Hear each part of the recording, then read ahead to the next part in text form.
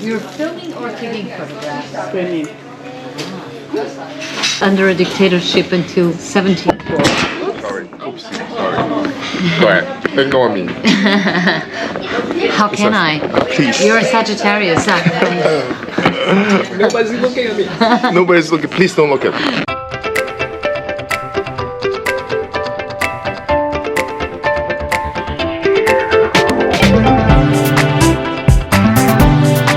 Bom dia, this is Andrew Lim inviting you to go out on the limb. So I'm actually here at a park in the city here in Lisbon waiting for my tour guide because today we're gonna do something different. We're gonna go on this cultural food tour. It's a very small food tour catered to only about 6 to 8 people, and I'm here with my friends. We're gonna do this as part of my milestone birthday celebration. Usually, places I go, I just go into a restaurant, talk to the locals, and just decide on what to eat. But I've decided for this tour to get properly educated, which means I'm gonna get a local food guide that's gonna walk us around, talk about the history of Portugal, talk about how the history has impacted the cuisine here, and just take it from there. This is actually my 4th or 5th visit to Lisbon. I remember my first time here, which was about over 20 years ago. The food was not impressive at all, and obviously it's changed over time. The cuisine has improved here in Portugal, as more and more people discovered the beauty of this country and have actually visited or even moved here. Actually quite a few people have immigrated here to Lisbon. So come go on, live with me. I'm super excited. It's a nice day. Super excited today to discover what this food tour awaits and what it can educate us on. So I'm really excited. A bit hungry too. Folks, before we start, kindly hit the subscribe button and the notify button for new contents that I upload weekly. Obrigado. So our tour started at the beautiful Estrela Park with coconut cake, chicken pie, and almond and spice cake. Yep. With the exception of the almond and spice cake, the first 2 pastry items are available at Banana Cafe located here in the park. Yes, it's the only cafe available in the middle of the park. Chicken pie should have been served hot, if you ask me. Worth the call out, and I personally think it's actually better than the famous pastel de nata or the Portuguese egg tart, is the coconut cake available only here at Banana Cafe. It's gluten-free as it's 100% coconut with no flours. It's delicious. Portugal was once a strong colonizer globally, therefore it played a vital role in introducing food, produce, cooking methods to different continents. We learned that Portugal had introduced sweet oranges from China to the rest of the world from our guide, also curries from India to the rest of the world, sugarcane from Papua New Guinea to the rest of the world, breads from Portugal to the rest of the world because they had flour, but most importantly, tempura, yeah, you hear me right, which is a Portuguese cooking method to begin with, to the Japanese. And now we know tempura as a Japanese cooking method. Interesting indeed. Now with all the eating, I was so glad that we had to walk from one location to another to taste each food item. We hit up a traditional Portuguese bakery, and here of course you see popular items like pastel de nata, which is the Portuguese egg tart, and malassara, which is a Portuguese fried pastry that originated from the Azores Island. Well, it's pretty much the Portuguese donut. Malassara.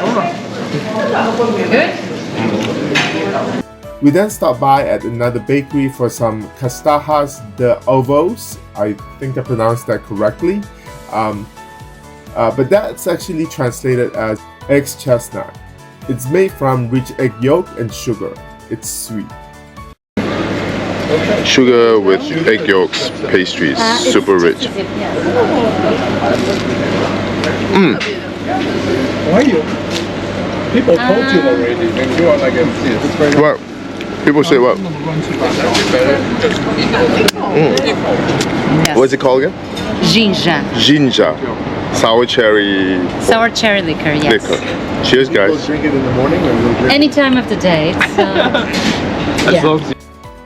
Next, we visited a popular neighborhood market that was built back in 1934 and remodeled in 1991.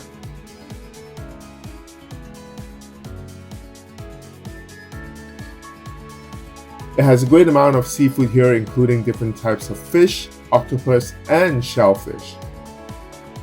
Seafood is an important part of the Portuguese diet. Now, the vendor here was kind enough to let us try some fresh tuna, sashimi style. So fresh.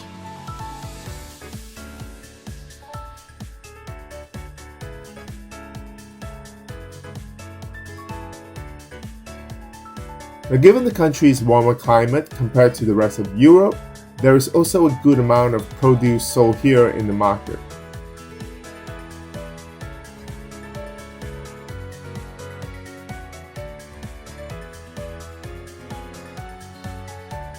We also got to sniff different spices here, as Portugal was heavy into spice trading back in the days, as early as the 15th century. We also tasted nuts toasted in different flavors here. Apparently, Portugal imports nuts from Spain, processes them, and exports them to the rest of the world. Next, we went to a popular restaurant that's in English. It's called House of Little Birds. Yes, this popular restaurant, which has been around since 1923, took its name from the birds, specifically sparrows, that used to be allowed to fly freely inside the restaurant. But flew anyone? Anyway, today it's a popular restaurant filled with mostly locals enjoying great cheeses. We also enjoyed this amazing bottle of Portuguese white wine as introduced by our guide. We also had fresh seafood like fried calamari. The texture is simply amazing. The highlight here was definitely the monkfish rice with shrimp. The seafood rice was cooked to perfection. Now, rice is the staple of Portuguese cuisine, since Portuguese was introduced to rice tracing back to the Moorish occupation in the 8th century. Next, we check out a restaurant serving food as a result of Portugal's 451 years of colonization of Goa, a seaside city in India. Portugal colonized Goa from 1510 to 1961. Yes, so it definitely has a strong colonization history with India. We started off with some samosa, which is a well-known Indian dish, but interestingly, samosa originated from Iran. Dun dun dun! Yep, shocking, right? Yeah, I always thought it was Indian, but nope. According to our guide, it actually originated from Iran. Then we had some shrimp curry that was cooked to perfection, and of course we needed rice to go with the curry.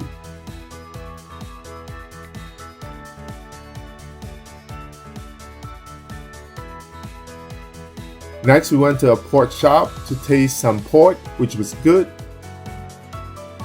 But I like this dry sweet wine from Madeira called Muscatel better. This is Muscatel, supposedly it's better than pork. Fragrant.